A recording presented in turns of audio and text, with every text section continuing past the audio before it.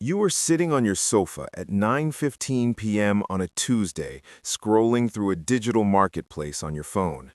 You just finished a 10-hour shift at your primary job, but instead of resting, you are looking at a list of available tasks. Transcribing a 5-minute audio clip for $2.50 or categorizing images of storefronts for 6 cents apiece. You select a task, feeling a small surge of productivity. You calculate that if you do 20 of these before midnight, you've covered the cost of your morning coffee for the rest of the week. By the way, I am Arlo. In this video, I will expose how the modern side hustle is not an engine of freedom, but a sophisticated system of psychological and financial extraction designed by corporations to bypass labor laws and monetize your downtime. If you value deep dives into the invisible mechanics of the economy, please consider liking and subscribing. The decision to log on feels like a smart, tactical move. You are optimizing your schedule. In a world where the cost of living has risen by approximately 14% over the last 2 years, while real wages have stagnated, finding a secondary income stream seems like the only rational response to an irrational economy. You view yourself as an entrepreneur in training, using the frictionless entry of the gig economy to build a diversified portfolio of income. It is the ultimate expression of modern agency, turning spare minutes into a digital ledger of credits. However, a cold analysis of math suggests a different reality. When you factor in the hardware depreciation of your laptop, the electricity costs of your home, and the 15.3% self-employment tax rate often overlooked by casual earners, that $2.50 task is actually yielding a net profit closer to $1.15. If the task takes 15 minutes due to a slow interface, your effective hourly rate is $4.60, well below the federal minimum wage of $7.25, a floor established nearly 2 decades ago. You haven't gained a secondary income. You have successfully subsidized a corporation's operational costs by providing them with infrastructure you paid for. This behavior is driven by what behavioral economists call the labor illusion.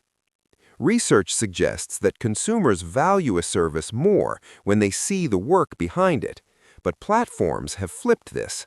They make the worker value the task more by gamifying the hustle. This is the sunk cost fallacy in real time. Once you have spent 30 minutes setting up a profile and learning a platform-specific UI, you feel a psychological obligation to earn back the time spent onboarding. The system relies on the fact that you will not count your own time as an expense. This is not an isolated glitch. It is a corporate pattern recognition model. From ride-sharing apps to microtask platforms, the strategy is identical. Decouple the worker from the protections of the firm. By labeling you a partner or independent contractor, the institution avoids the 30% overhead typically associated with benefits, insurance, and payroll taxes. In 2025, the global gig economy was valued at over $550 billion. That value was not created by innovation, but by shifting the financial risk of market volatility onto the kitchen tables of individuals. Consider the escalating scale of this extraction. It starts with beer money apps. It moves to renting your assets, where you allow strangers into your car or home, taking on the liability of property damage for a 70% of the revenue. Finally, it reaches the passion economy, where you are encouraged to monetize your hobbies, turning photography or woodworking into a 24/7 content treadmill. Each step requires more of your cognitive load, effectively erasing the boundary between life and extraction. If you spend just 10 hours a week on these low-yield tasks at an effective rate of $5 an hour, you are losing $2,600 in potential value every year compared to a standard minimum wage role. Over a decade, factoring in the lost opportunity for skill compoundment or actual rest, the cost is not just financial, it is a permanent depletion of your human capital. The system is designed to keep you in a state of perpetual trial, where the next task might be the one that finally scales, though the algorithm ensures it rarely does. In this architecture, you must undergo an identity flip. You are no longer a customer of these platforms, nor are you a user building a business. In the internal spreadsheets of these organizations, you are classified as an input variable. Your primary function is to provide liquidity to their marketplace.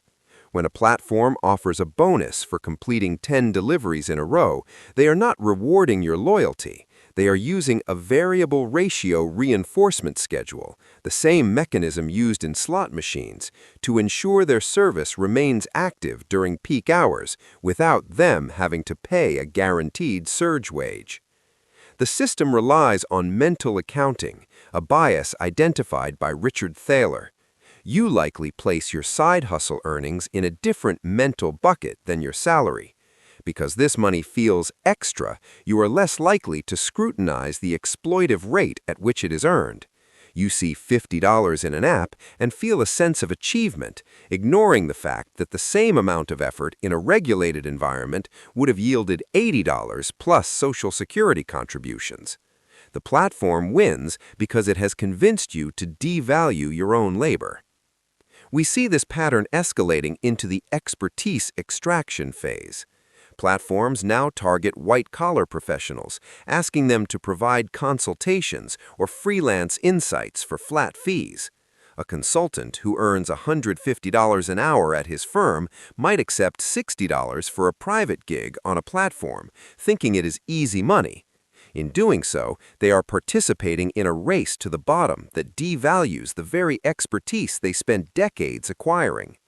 By 2026, it is estimated that 1 in 3 workers will be engaged in some form of precarious digital labor. The lifetime cost of this flexibility is staggering. A traditional employee with a $60,000 salary receives approximately $18,000 in additional value through employer-sponsored healthcare, 401k matches, and paid time off. To match the real value of that job as a side hustler, you would need to earn nearly $40 an hour every hour without fail. Most side hustlers are earning less than $15. The lie is the suggestion that you are building wealth when you are actually participating in a slow-motion liquidation of your future security to pay for your current survival.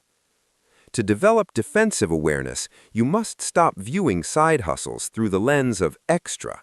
Start by applying a strict extraction filter.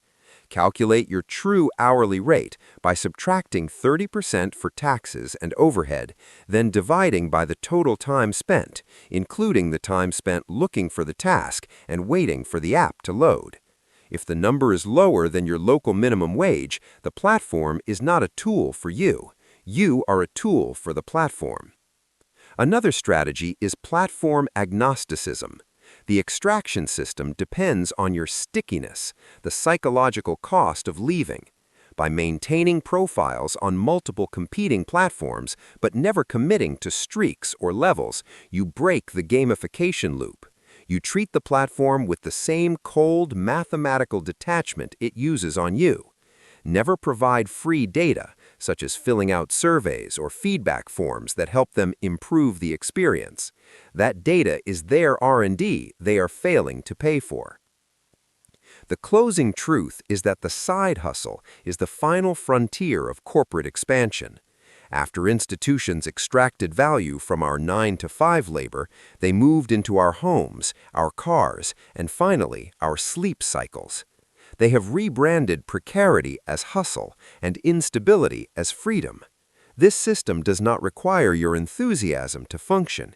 It only requires your inattention and your lingering hope that if you just click one more task, you will finally get ahead. The system depends on the fact that you are too tired to do the math. Once you see the numbers, the hustle loses its luster, and you realize that the only way to win a rigged game is to stop pretending that the game was ever designed for you to win. It is a calm, unsettling reality. In the digital economy, if the entry is free and the rewards are small, you are not the entrepreneur. You are the product being sold, one microtask at a time.